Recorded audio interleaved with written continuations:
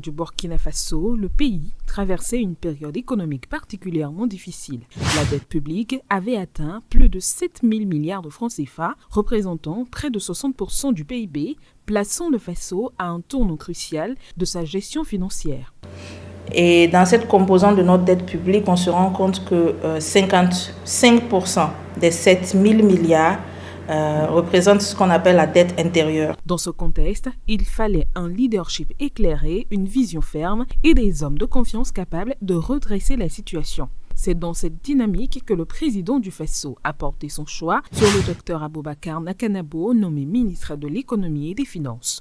Son profil, marqué par le professionnalisme, la rigueur et la loyauté, en a fait un pilier essentiel de la mise en œuvre de la nouvelle vision économique nationale. Sous l'impulsion du capitaine Ibrahim Traoré, le Burkina Faso a fait le choix d'affirmer sa souveraineté économique. Ça fait 6 ans qu'il bataille et à notre arrivée, nous avons constaté que le projet souffrait et ils étaient sur le point peut-être d'abandonner.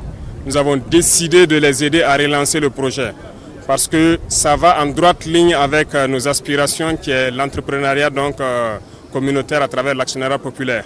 Contrairement aux précédentes orientations reposant sur un endettement massif auprès des institutions de Bretton Woods, la nouvelle approche privilégie désormais la mobilisation endogène des ressources. Cette stratégie s'accompagne d'une gestion transparente et rigoureuse des finances publiques, garantissant que chaque ressource mobilisée serve véritablement au développement du pays et à l'amélioration des conditions de vie des Burkinabés. Sous la conduite du docteur Aboubacar Nakanabo, les chiffres témoignent d'un redressement économique remarquable. Avec une croissance économique en hausse, le taux a atteint les 6% en 2025, confirmant la résilience de l'économie nationale.